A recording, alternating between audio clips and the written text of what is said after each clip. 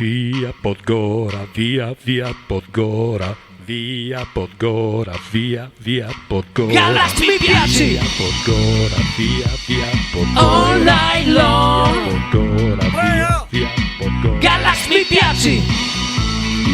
Vergognosissimo!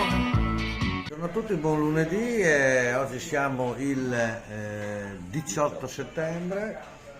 Bene, giornata un po' che si sta innuvolando, però siamo sempre qui alla tradizionale. È tornato l'amico Vincenzo e c'è anche il Paolo Bollenta, responsabile titolare con i suoi soci della Ferrostyle via Tavagnato, dove trovate da Lago al silicone alla bombola di gas, cioè è come tutto quello che è una ferramenta, trovate anche il gnagni.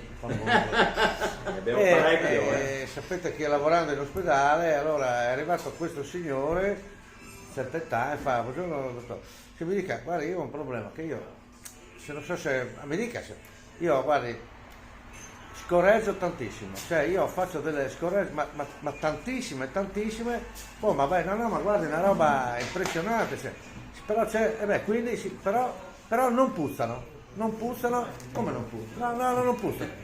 Sentiamo, questo qua si muove, il medico, ok, ho capito, allora prossima settimana la ricoveriamo per l'intervento, al culo, no, al naso. Un saluto vergognosissimo dalle 3 sorelle, ricordando che l'11 ottobre ci sarà una serata spettacolo. Perché non sentivo la puzza. Vedi che poi le spiegano, quindi arrivano un po' tardi, ma le spiegano. Ciao.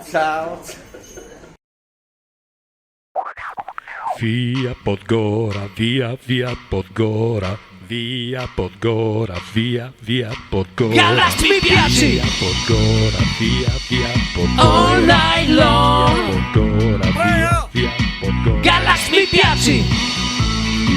Vergognosissimo!